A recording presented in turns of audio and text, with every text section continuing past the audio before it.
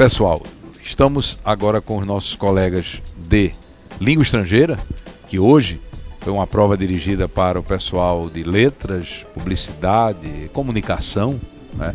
Jornalismo, propriamente, turismo também.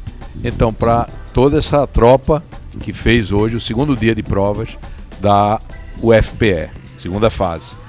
E eu começaria perguntando aos colegas professores, Leandro Soares e Marcos Nascimento, como foi que eles viram essa prova de hoje? E a gente sempre faz o paralelo com a prova do Enem, não é? Então, sabemos que essa prova foi específica, né, dirigida para esses grupos, esses cursos a que me referi, e eu começaria perguntando a Marcos.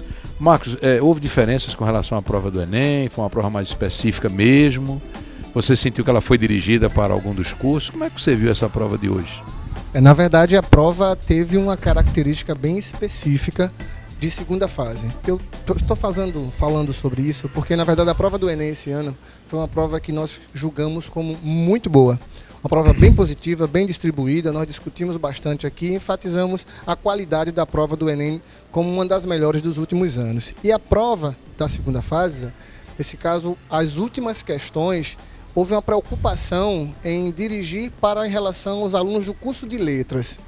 Então, assim, achei um tanto quanto perigoso as últimas questões, que trabalha com a questão da metalinguagem, né? E a gente trabalha com isso lá no curso de letras, mas nos cursos de comunicação há todo um cuidado, porque, na verdade, dificulta um pouco.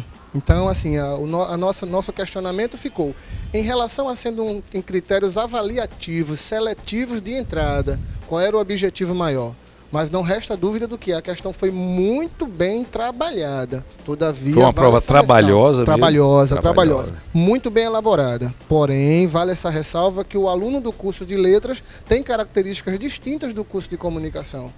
E aí essa cobrança, na verdade, que é feita no processo seletivo, foi que chamou a atenção. Porém, uma prova bem elaborada e a própria abordagem que foi feita em relação à variação linguística que foi bem elaborada e soube, na verdade, contemplar a diferença em relação ao uso do espanhol.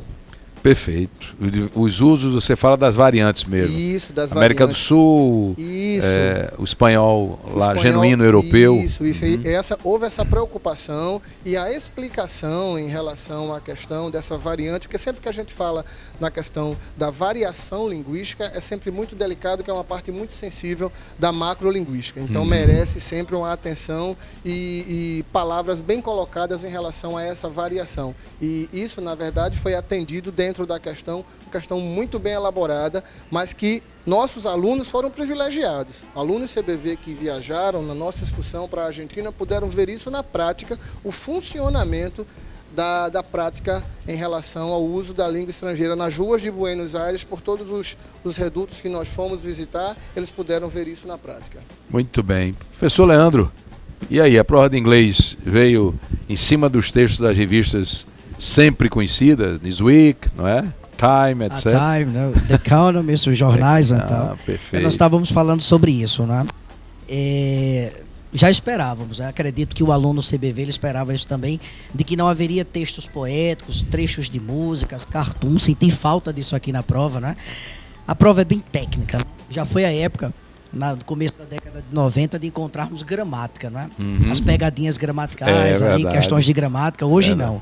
O aluno que se beneficia de uma assinatura, por exemplo, da Newsweek, da Time, naturalmente ele fez uma boa prova.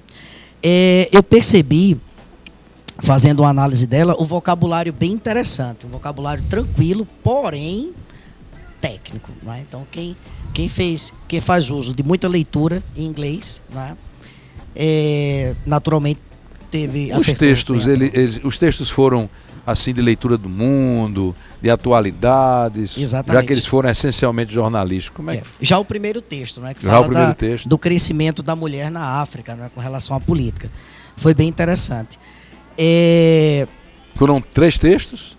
Foram 4 textos. 4 textos. E de temáticas diversas, assuntos diversos. O aluno que tem bom conhecimento de geografia, de história, naturalmente fez uma boa prova. Eu percebi aqui, por exemplo, no texto falando sobre a África, estávamos conversando em off, que citou Nelson Mandela, né?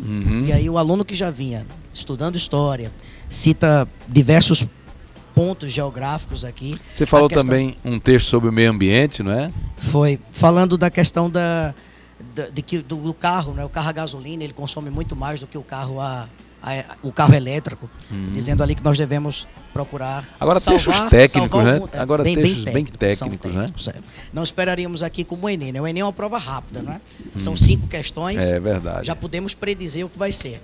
Certo. Pega-se a prova do Enem, sabe-se que vai ter um trecho de música, sabe-se ali que vai ter um texto poético, um cartoon, não. Quando espera da Coveste, prova da UFPE, já se sabe que é uma prova bem técnica, repleta de textos, nada de gramática. A gramática, sim, a gramática indutiva, né? O aluno vai lendo o texto e ali ele vai percebendo o uso da gramática, não no enunciado, e sim no texto. Perfeito. Então estão aí os primeiros comentários dos nossos colegas Leandro e Marcos. E daqui a pouco a gente volta com um outro detalhe sobre as provas de inglês e espanhol de hoje. Até já!